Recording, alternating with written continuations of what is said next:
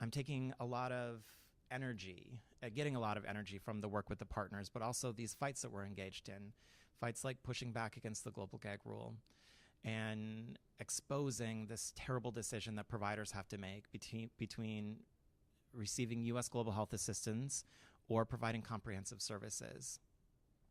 Working with partners in Uganda who are holding their governments accountable for commitments they've made to Family Planning 2020 to ensure that this commitment they made to ensure that women and girls have access to contraceptives, that they actually deliver on it.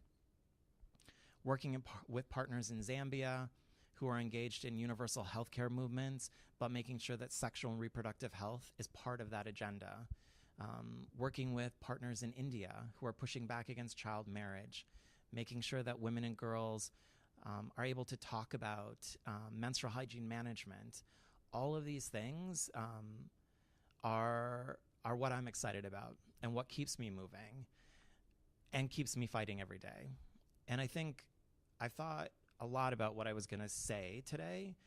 And in thinking through that, I've always thought that all of these things were sort of an accident, right? Like I just sort of ended up in sexual and reproductive health and rights as an accident. I ended up at PAI now as an accident.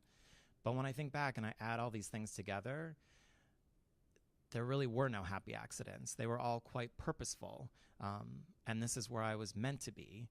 And I think a lot of that I owe back to my mom, who always pushed these issues. And without her, this wouldn't have been an issue that I care so deeply about. So I guess I better go back and call my mom.